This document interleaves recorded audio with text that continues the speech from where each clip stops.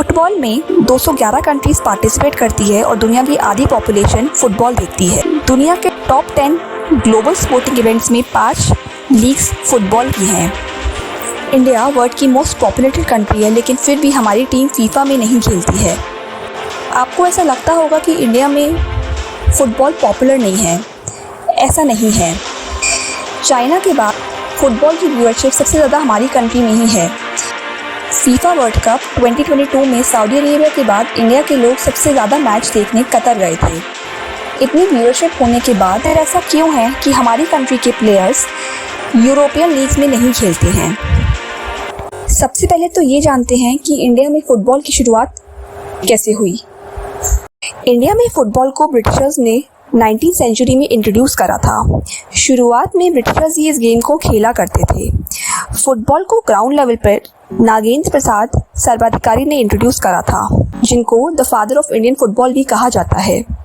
1877 में इन्होंने ब्रिटिशर्स को ये गेम खेलते हुए देखा और 8 साल की एज में अपने स्कूल में अपने फ्रेंड्स को फुटबॉल खिलाना शुरू कर दिया। पास के ही प्रेसिडेंसी कॉलेज के G.S. स्टैक्स ने इन बच्चों को रग्बी की बॉल से फुटबॉल खेलते हुए देखा और इनके कोच बन गए।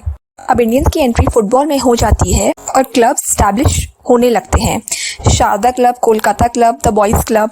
साउथ इंडिया का फर्स्ट फुटबॉल क्लब 1899 में AP फर्ग्यूसन क्लब स्टैब्लिश होता है। काफ़ी सारे कॉलेजेस भी अपनी टीम बनाते हैं। इन सब को देखते 1888 में मॉर्टिमर डुरांट, जो उस वक्त फॉरेन सेक्रेटरी ऑफ इंडिया थे, उन्होंने इन टीम्स के लिए डुरांट क्लब स्टार्ट करा, जो वर्ल्ड का 3rd ओल्डेस्ट फुटबॉल टूर्नामेंट है।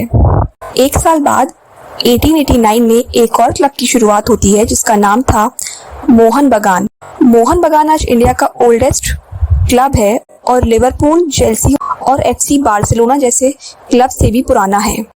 ISL में मोहन बगान 2022-23 में विनर भी रह चुका है। अब फुटबॉल इंडिया में राइज हो रहा था और अभी तक इंडिया में फुटबॉल की कोई गवर्निंग बॉडी नहीं थी।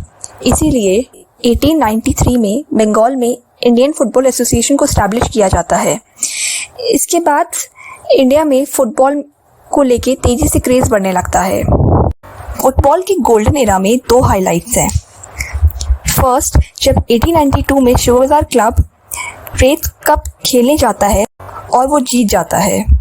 ये उस टाइम की बात है जब ब्रिटिशर्स फुटबॉल को क्लियरली डोमिनेट करते थे। 1911 में मोहन बगान क्लब IFA शील्ड जीतकर हिस्ट्री क्रिएट करता है। पहली बार था जब कोई भी ब्रिटिश टीम IFA शील्ड नहीं जीती थी। उस वक्त एक माइंडसेट था कि ब्रिटिशर्स सुपीरियर हैं, जो धीरे धीरे डिमिनिश हो गया था। उस टाइम पर ब्रिटिशर्स इंडियन स्पोर्ट्स को डोमिनेट करा करते थे, इसलिए ये दोनों विक्ट्रीज को पूरे नेशन ने सेलिब्रेट करा था। अब इंडियन टीम इंटरनेशनल टूर्स करती है। 1924 में इंडियन फुटबॉल टीम श्रीलंका खेलने जाती है। इसके बाद ऑस्ट्रेलिया, इंडोनेशिया, थाईलैंड के लोकल क्लब्स के साथ भी खेलती है। AIFF की फॉर्मेशन आर्मी हेडक्वार्टर शिमला में की जाती है, जो इंडियन फुटबॉल को गवर्न करने के लिए बनाया जाता है। 1941 में AIFF संतोष ट्रॉफी को इंट्रोड्यूस करता है, को हाईएस्ट ऑनर की तरह कंसिडर किया जाता है। 1948 में लंदन ओलंपिक्स में इंडिया फ्रांस के अगेंस्ट 2-1 से मैच हार जाता है, लेकिन वो इतना अच्छा परफॉर्म करता है कि उस वक्त के ब्रिटिश पुनाक किंग जॉर्ज 6 अपने पैलेस में सारे प्लेयर को डिनर के लिए बुलाते हैं। इंडियन फुटबॉल ने गोल्डन एरा तो देखा, लेकिन वो अपनी सक्सेसफुल पीरियड को सस्टेन नहीं कर पाया। 1970 से ही इंडियन फुटबॉल डिक्लाइन होने लगा।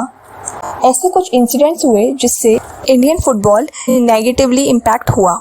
इंडियन फुटबॉल टीम के कैप्टन और मैनेजर सैयद अब्दुल रहीम की डेथ हो जाती है और ये इंडियन टीम के लिए मेजर सेटबैक होता है। उनको आज भी greatest coach of all times माना जाता है। इंडियन फुटबॉल के गोल्डन एरा में सैयद अब्दुल रहीम का मेजर रोल होता है। उनके लीडरशिप में इंडिया को ग्लोबल सक्सेस मिलती है। 1950 और 1962 में इंडिया एशियन गेम्स में गोल्ड मेडल जीतता है और समर ओलंपिक्स 1956 में इंडिया 4th नंबर पर आता है। 1970s में काफ़ी सारे एक्सपीरियंस प्लेयर्स रिटायर हो जाते हैं। PK बैनर्जी, पीटर थंगराज, चुन्नी गोस्वामी। प्लेयर्स को फुटबॉल की स्किल स्ट्रैटेजी की अंडरस्टैंडिंग थी, जिसको इमीडिएट रिप्लेस करना डिफिकल्ट था। जैसे क्रिकेट में आईपीएल की वजह से यंग टैलेंट को नर्चर करा गया है, ऐसे 1970s में इन प्लेयर्स के रिटायरमेंट के बाद नहीं करा गया। कोई स्ट्रक्चर या सिस्टम क्रिएट नहीं करा गया जिससे इंडियन फुटबॉल की ओवरऑल ग्रोथ अफेक्ट हुई। 1983 में इंडिया ने क्रिकेट वर्ल्ड कप जीता। Government interest, corporate deals, media coverage, sponsorship deals, public interest, सब जगह क्रिकेट डोमिनेट कर रहा था।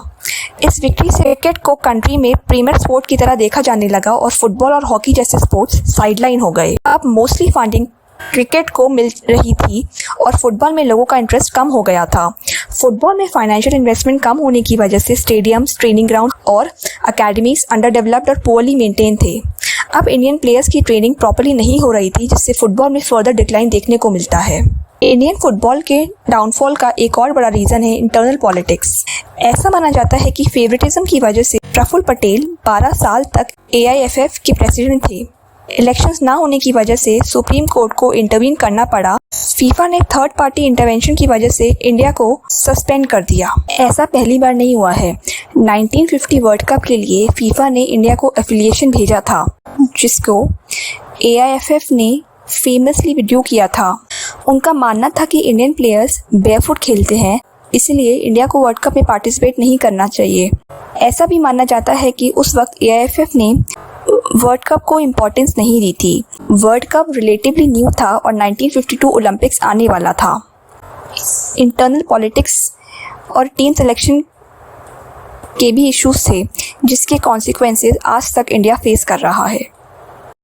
AIFF ने विजन 2047 के अंदर लॉन्ग टर्म स्ट्रेटेजिक प्लान बनाया है। इस प्लान का एम है कि ईयर 2047 तक Indian national team FIFA world cup के लिए क्वालिफाई करेगी। ये प्लान ग्रासरूट लेवल पर डेवलपमेंट करने पर, प्रोफेशनल इकोसिस्टम को बिल्ड करने पर, कोचिंग क्वालिटी को इन्हांस करने पर और यूथ अकेडमीज को एस्टैब्लिश करने पर फोकस करेगा।